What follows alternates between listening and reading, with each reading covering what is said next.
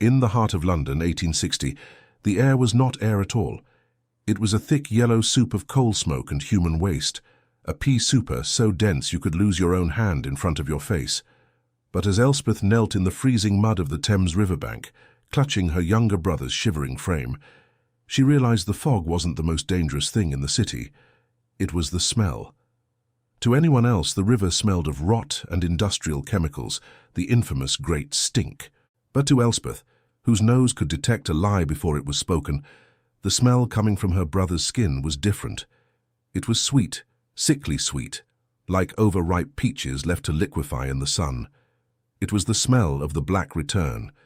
Before we go any further into this dark corridor of history, I want to ask you a favor. If you can feel the chill of the London fog and the weight of this mystery, please stay with me until the very end.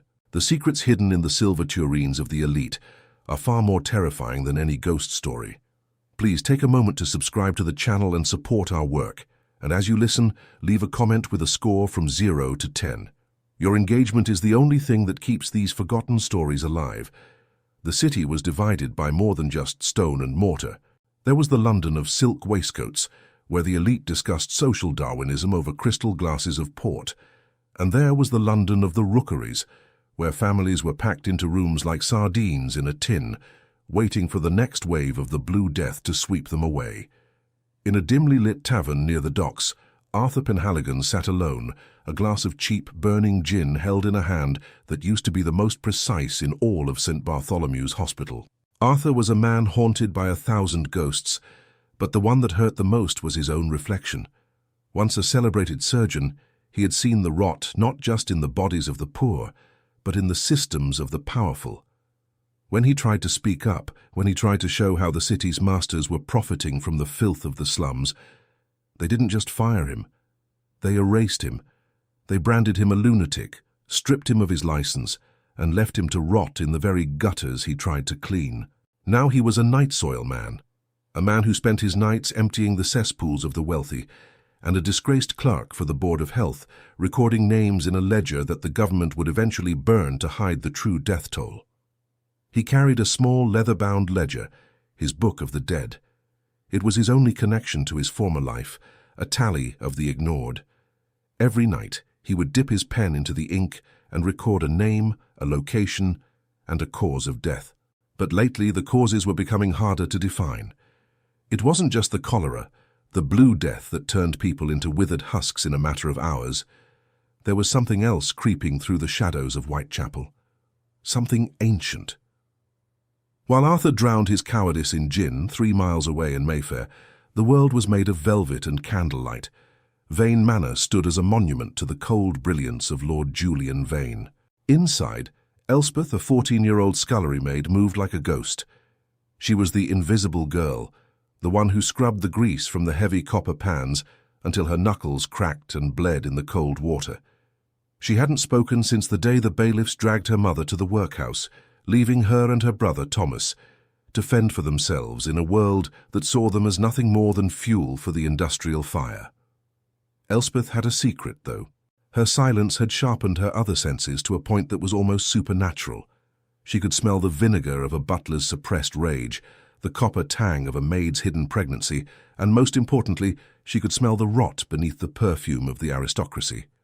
Lord Vane, her master, smelled like cold marble and stagnant water. He was a man who believed that the poor were a different species entirely, a weaker breed that nature intended to prune away. Lord Vane was not just a man of status, he was a man of dark ambition. As the pestilence began to creep from the docks toward the edges of Mayfair, Vane didn't feel fear. He felt opportunity. He had been secretly diverting the city's new, clean water pipes, the ones the public believed would save them, into his own private reservoirs. While the people of London were forced to drink the sludge of the Thames, Vane was selling the surplus of clean water, back to the elite at a premium, all while planning something truly macabre. He called it the Black Plague Dinner Party, a celebration of the survival of the fittest, where the wealthiest men in England would feast while the city outside withered.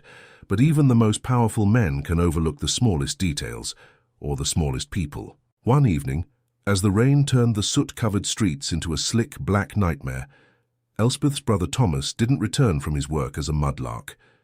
He spent his days scavenging the riverbanks for bits of coal or scrap metal to sell.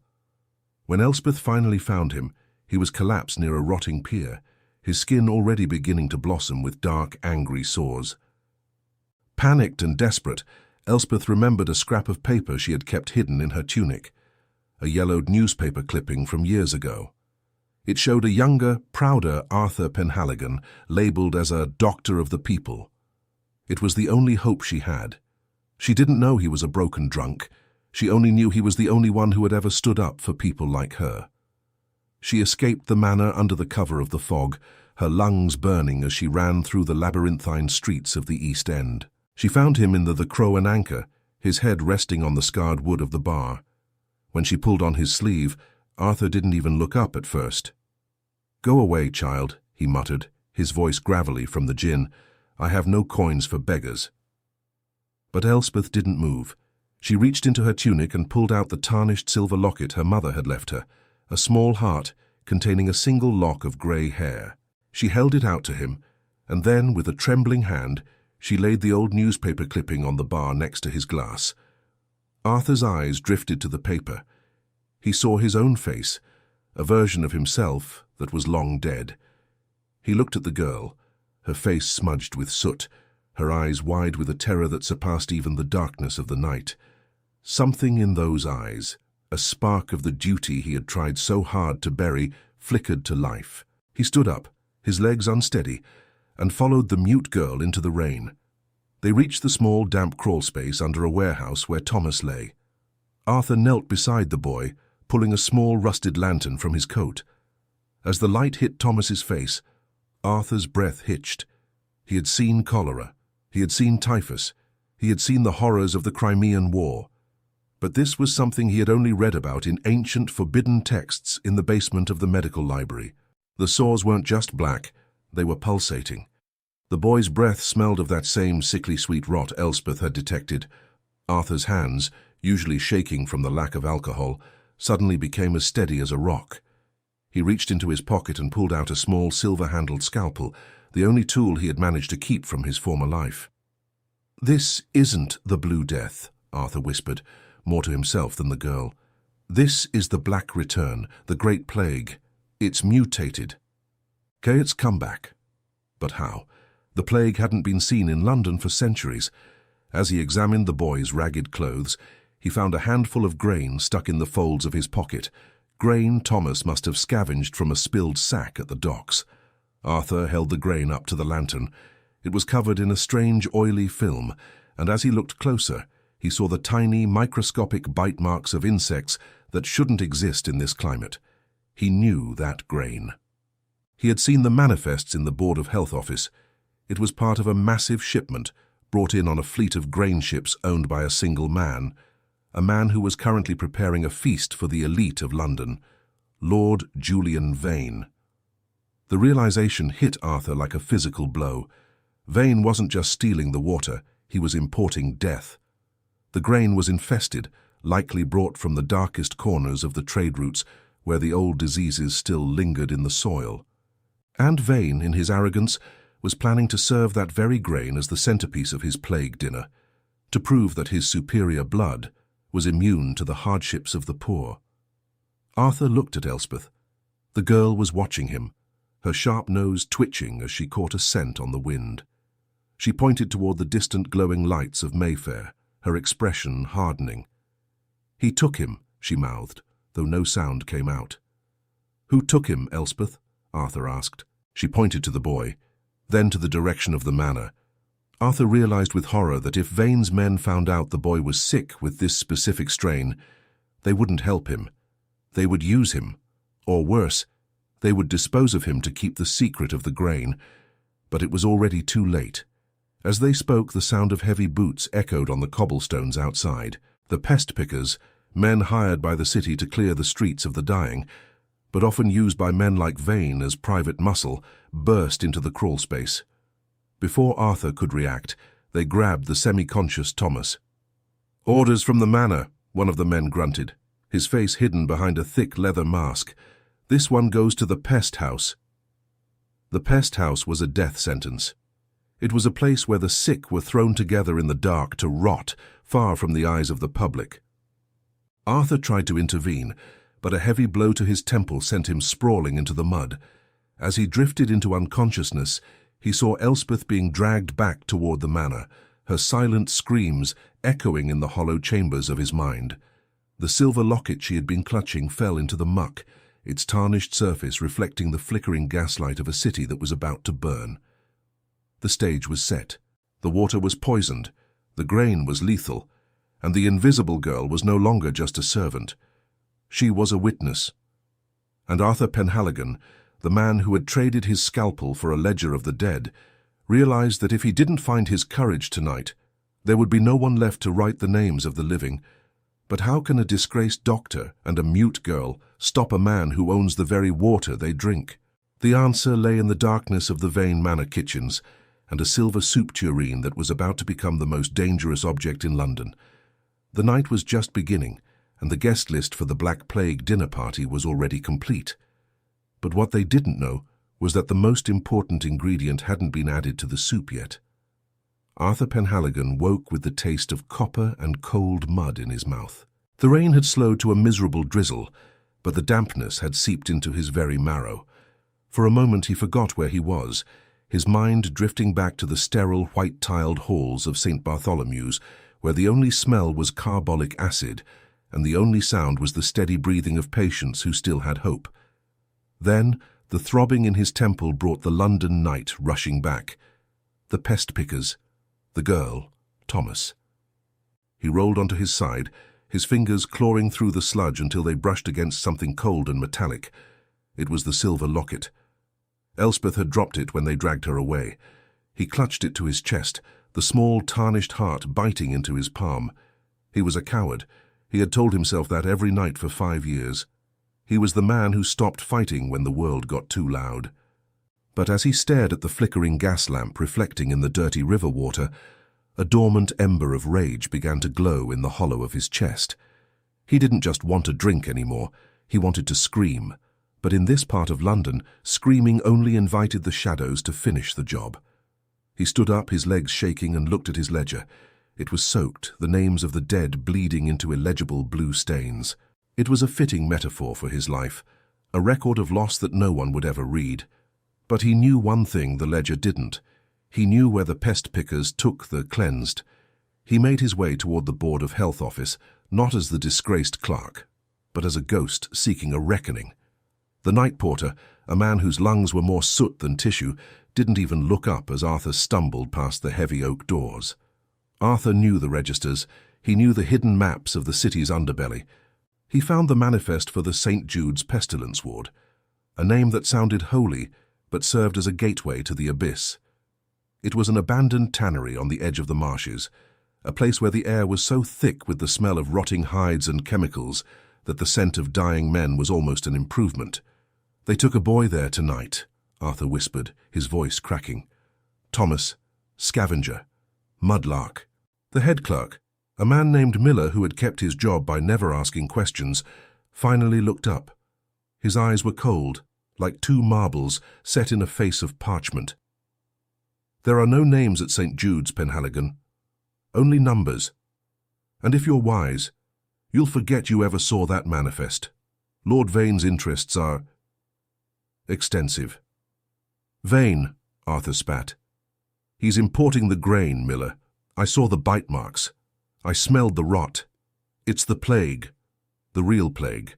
Miller's face didn't change, but his hand trembled as he reached for a snuff box. "The grain is fine. The board has certified it. If you value the little life you have left, you'll go back to your gin and your night soil buckets. The elite are having a dinner, Arthur, a celebration of our city's resilience. Do not be the fly in their ointment." But the nightmare was only beginning. While Arthur struggled against the bureaucracy of death, Elspeth was being ushered into a different kind of hell. Vane Manor was a hive of frantic activity. The Black Plague dinner party was less than 24 hours away, and the preparations were reaching a fever pitch. Elspeth was shoved into the scullery, her hair matted with mud, her dress torn. The head cook, a woman whose heart had been hardened by 40 years of serving the ungrateful, didn't ask where she had been.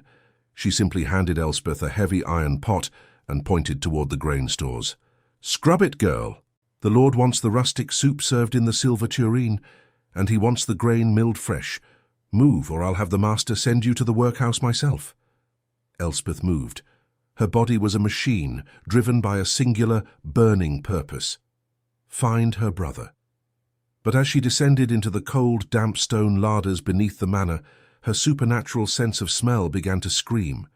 Usually the grain stores smelled of dry earth and sunlight, but tonight they smelled of a battlefield. She opened the heavy oak door to the primary grain bin, and the sound that greeted her was a soft, wet slithering. Thousands of grains of wheat shifted, and as she lowered her candle, she saw them. Rats. Not the lean, hungry rats of the docks, but bloated, sluggish creatures with fur that was falling off in patches.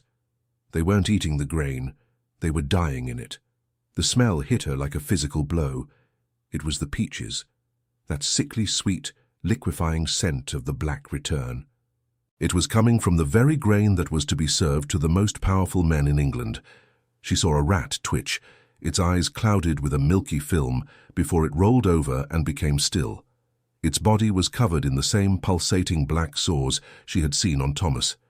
She tried to back away, her throat tight with a scream she couldn't release, when a shadow fell across the doorway.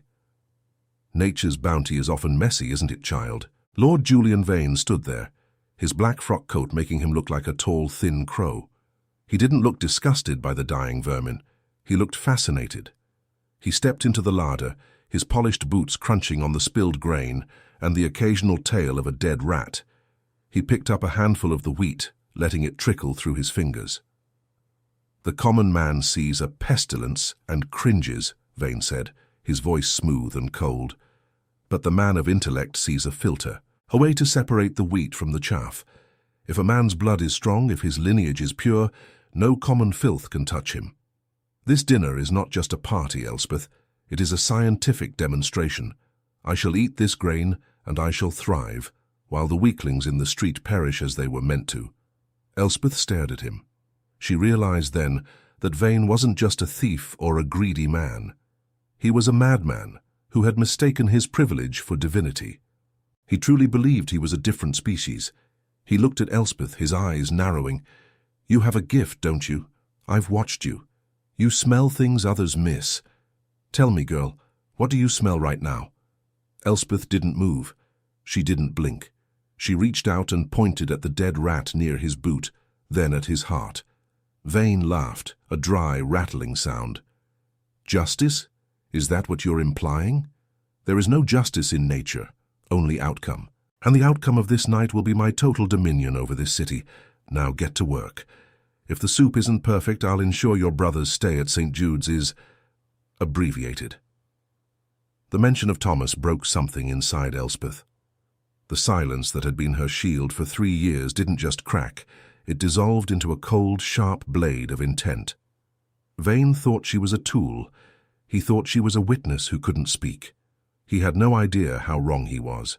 As Vane swept out of the room, Elspeth looked at the grain. She looked at the dead, oozing rats. A dark, terrifying clarity filled her mind. Vane wanted to play with the plague. He wanted an authentic experience of the Black Death. She would give him exactly what he asked for. Across the city, Arthur Penhaligon was making a choice of his own. He knew he couldn't storm the manor. He was a disgraced drunk, with no standing and no strength. But he was still a doctor. He went to his small rented room and pulled a heavy wooden chest from under his bed. Inside, covered in dust, was his old medical kit and something he hadn't touched since the war. A heavy, bird-like plague doctor's mask, a theatrical piece he had used during a lecture on medical history. He realized that on the night of the plague dinner, the manor would be filled with entertainers, physicians, and guests in macabre costumes. It was the perfect disguise. But he needed more than a mask. He needed the truth. He spent the next few hours in the shadows of the docks, using the last of his coins to bribe a disgruntled sailor from one of Vane's ships. The man confirmed Arthur's worst fears. The grain hadn't been bought. It had been salvaged from a plague-stricken port in the east that had been quarantined by every other nation. Vane had bought it for pennies, knowing it was lethal, and had bypassed customs using his influence at the Board of Health. "He's not just selling it," the sailor whispered, his eyes darting around the foggy pier. "He's been mixing it with the flour for the public bakeries in the slums. He wanted to see how fast it would spread. He calls it the Great Pruning." Arthur felt a wave of nausea that had nothing to do with gin. The scale of the evil was breathtaking. Vane was conducting a mass human experiment on the people of London, and he was going to celebrate his success with a silver spoon in his hand. But Arthur also found out something else, something that gave him a sliver of hope. One of the city's magistrates, a man named Sir Geoffrey, was a secret rival of Vane's. Sir Geoffrey wasn't necessarily a good man, but he was a man who hated losing power to a new money industrialist like Vane. Arthur sat at his small, wobbly table and began to write. He didn't write as a clerk. He wrote as a surgeon. He detailed the symptoms, the transmission, the infested grain, and the stolen water. He attached the intercepted shipping manifests he had stolen from the Board of Health. "If I die tonight," Arthur thought, looking at the letter, "let this be the one record that doesn't burn." He sent the letter via a trusted messenger, a young mudlark who owed him his life, with instructions to deliver it to Sir Geoffrey only if Arthur didn't return by dawn. As the sun began to set on the day of the dinner, the tension in London was thick enough to choke. The yellow fog had returned, even darker than before, wrapping the city in a shroud of sulphur and silence. In the kitchens of Vane Manor, Elspeth was alone with the silver tureen. The head cook had gone upstairs to oversee the table settings. The large, ornate vessel sat on the prep table, its polished surface reflecting the flickering orange glow of the hearth. Elspeth picked up a large wooden spoon. She looked at the pot of rustic soup simmering on the stove. It looked delicious, thick, hearty, and aromatic, with the heavy spices Vane had insisted upon to mask the common scent. But Elspeth knew what was hidden beneath the spices. She had spent the afternoon gathering the essentials. She had taken the fluids from the dead rats, the black, oily discharge from the grain, and the very essence of the rot that was killing her brother. She had stirred it into the broth with the steady hand of a pharmacist. She wasn't just a scullery maid anymore. She was an executioner. The weight of what she was doing pressed down on her. She thought of her mother, of the way her voice used to sound when she sang in their small kitchen. She thought of Thomas gasping for air in a dark tannery. She felt a moment of pure, blinding terror. If she was caught, she would be hanged. If she failed, thousands would die. But then, she caught a scent coming from the vents of the dining room above. It was the smell of expensive perfume, of fine tobacco, and of the cold, metallic arrogance of men who thought they were gods. The terror vanished, replaced by a cold, quiet resolve. She picked up the silver tureen and began to fill it. Each ladle of soup was a sentence. Each puff of steam was a silent scream for the forgotten. Outside, a handsome cab pulled up to the manor gates. A man stepped out, wearing a long black coat and a silver-tipped cane. He adjusted a bird-like mask that covered his face, its long beak casting a sharp shadow against the stone walls. Arthur Penhaligon had arrived at the party, and the soup was already on the table. But as he stepped into the foyer, he realized he wasn't the only ghost in the house. The air was thick with a new scent, one that even Elspeth hadn't anticipated. It was the smell of a storm breaking. He looked toward the grand staircase, where the elite were laughing and raising their glasses. They had no idea that the black return wasn't outside the walls. It was already inside their bowls, and the first course was about to be served. The grand dining room of Vane Manor was a cathedral of excess, lit by the flickering amber glow of 100 beeswax candles. The air was thick with the scent of roasted venison, heavy French perfumes, and the sharp medicinal tang of the juniper berries the guests carried in their pockets to ward off the miasma of the streets. Around the long mahogany table sat 12 of the most powerful men in London, their faces hidden behind elaborate bird-like plague masks. It was a masquerade of the macabre, a celebration of their own survival while the city outside choked on its own filth. Lord Julian Vane sat at the head of the table, his mask a gleaming, polished silver that caught the candlelight like a mirror. He raised a crystal goblet of deep red claret, his voice echoing through the hollow beak of his disguise. To the resilient, he toasted, his tone dripping with a cold intellectual vanity.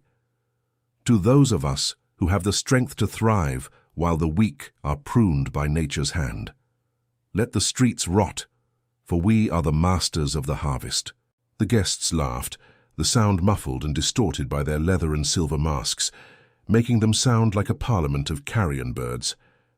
They had no idea that at the far end of the room, standing in the velvet shadows of the heavy curtains, was a ghost they thought they had buried years ago. Arthur Penhaligon felt the weight of the bird mask on his own face, the leather smelling of old dust and sweat.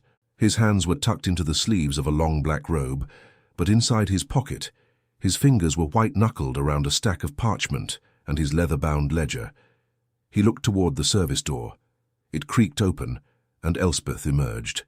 She looked small, almost fragile, in her pristine white apron, carrying the massive silver soup tureen. The vessel was a masterpiece of the silversmith's art, adorned with ornate carvings of vines and fruit, but to Arthur it looked like a coffin. He saw the girl's eyes, wide, dark, and filled with a terrifying icy focus. As she placed the tureen in the center of the table, her gaze met Arthur's for a fraction of a second. In that moment, he saw the 3 years of silence dissolve. He saw a girl who was no longer a victim, but an architect of fate. "And now," Vane announced, standing up to preside over the centerpiece, "the rustic soup, a dish of the earth, prepared from the very grain that feeds the heart of the empire. A testament that what kills the commoner only serves to nourish the king."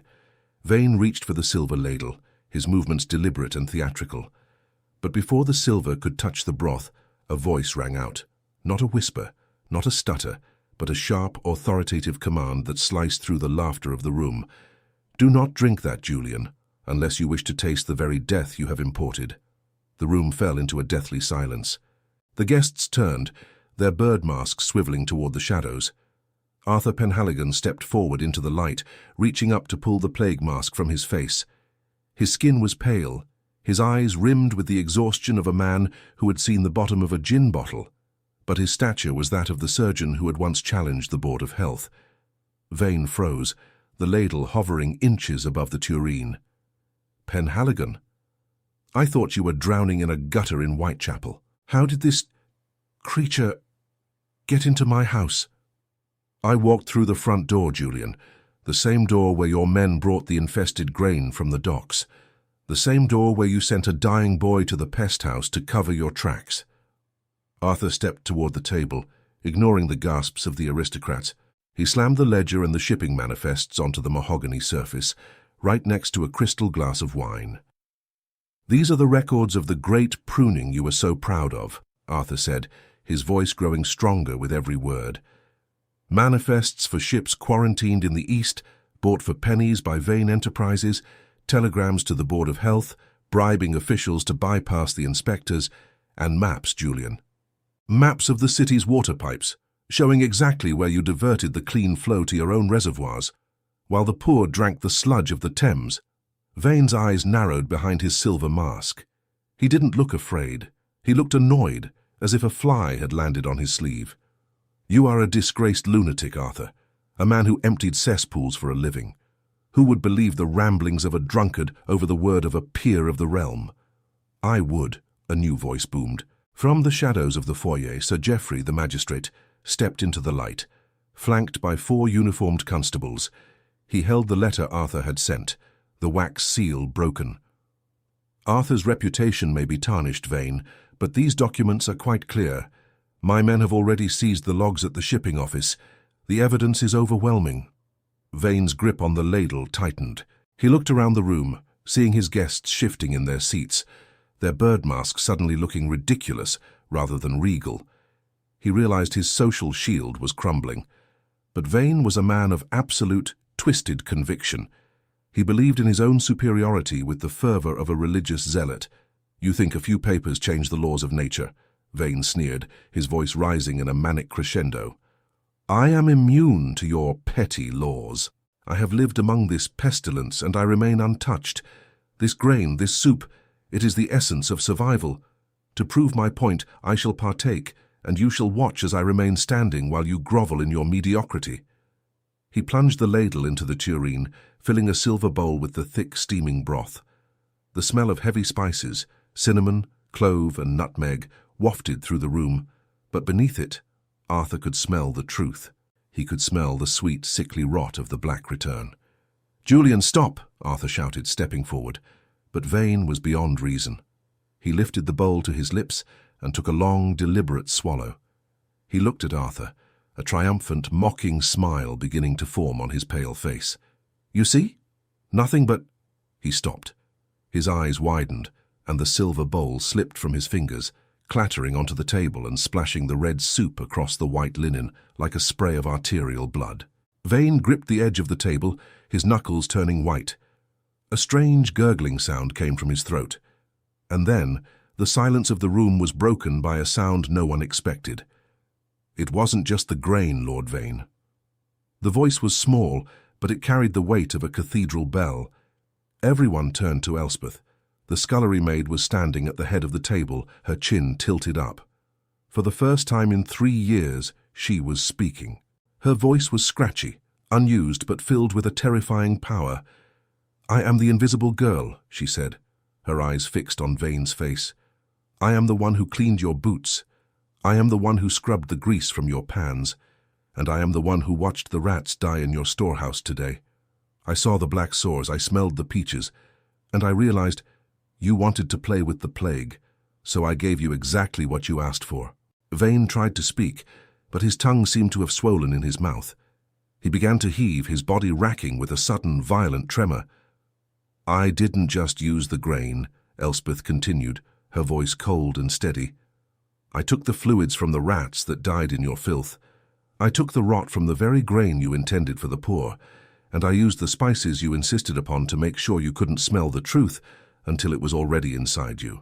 You wanted to be the master of the harvest, my lord. Well, the harvest has arrived." The panic was instantaneous. The guests realized they were sitting around a table of death, scrambled to their feet, knocking over chairs and crystal glasses. They tore off their bird masks, their faces pale with a terror that no amount of money could soothe. They fled toward the doors, but the constables stood their ground, blocking the exits. Vane collapsed onto the table, his head falling directly into the silver tureen. The very vessel that was meant to be the symbol of his status became his final resting place. The mutated plague, combined with the concentrated toxins Elspeth had added, took hold of his pampered body with a speed that was merciful only in its brevity. Arthur moved toward the girl, but Elspeth didn't flinch. She looked at the chaos, at the screaming aristocrats, and then she looked at Arthur. She reached into her apron and pulled out the tarnished silver locket he had returned to her. "Thomas," she whispered. "We have to go to Thomas." The aftermath of that night changed London forever. But it didn't happen with a roar. It happened with the quiet, diligent work of a man who had found his soul again. Using the evidence Arthur had provided and the political vacuum left by Vane's death, Sir Geoffrey was forced to act. The private reservoirs were seized and opened to the public, the clean water finally flowing into the fountains of the East End. Arthur Penhaligon didn't ask for his license back. He didn't need a piece of paper from a board of men who had ignored the dying. He went to the St. Jude's pestilence ward that very night. With the constables at his back, he forced the doors open. He found Thomas in a corner, shivering and near death, but the boy was a fighter. Arthur used the last of his old medical knowledge and the resources he seized from Vane's estate to treat the boy. It was a long, grueling recovery, but Thomas survived. Vane Manor, once a fortress of arrogance, was stripped of its velvet and its silver. By the decree of the magistrate, the property was converted into a public hospital, the first of its kind to be managed not by the church or the elite, but by those who had actually lived through the filth. Arthur became the head physician, but he never wore a silk waistcoat again. He worked in his shirt sleeves, his ledger now filled with the names of those he had saved rather than those he had buried. And Elspeth? The invisible girl became the heart of the hospital. Her supernatural sense of smell, once a curse that allowed her to detect the rot of the world, was now a gift. She became the head of the pharmacy, able to identify the purity of herbs and the potency of medicines with a single breath. She never stopped speaking, though she chose her words with a care that made people stop and listen whenever she opened her mouth.